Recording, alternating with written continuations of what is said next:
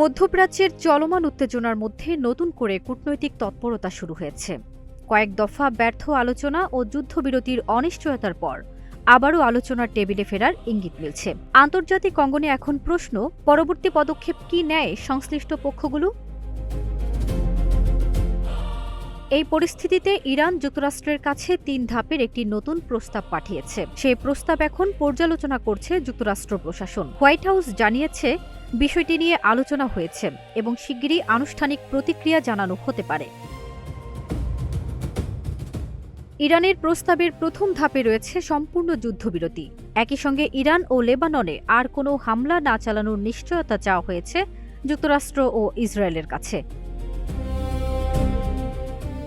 দ্বিতীয় ধাপে বিশ্বের গুরুত্বপূর্ণ নৌ বাণিজ্য পথ হরমুজ প্রণালী পরিচালনা, নিরাপত্তা ও প্রশাসনিক কাঠামো নিয়ে আলোচনা প্রস্তাব করা হয়েছে। এই পথ দিয়েই প্রতিদিন বিপুল পরিমাণ তেল ও গ্যাস বিশ্বের বিভিন্ন দেশে যায়। তৃতীয় ধাপে বলা হয়েছে, যদি আগের 2 পর্যায়ে সমঝোতা হয় তাহলে ইরানের পরমাণু কর্মসূচি নিয়ে নতুন করে আলোচনা শুরু হতে পারে।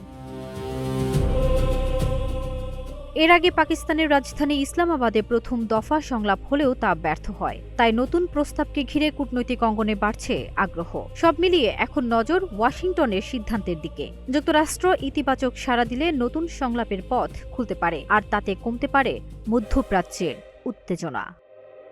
ফারজানা নিকিতা, নাগরিক প্রতিদিন।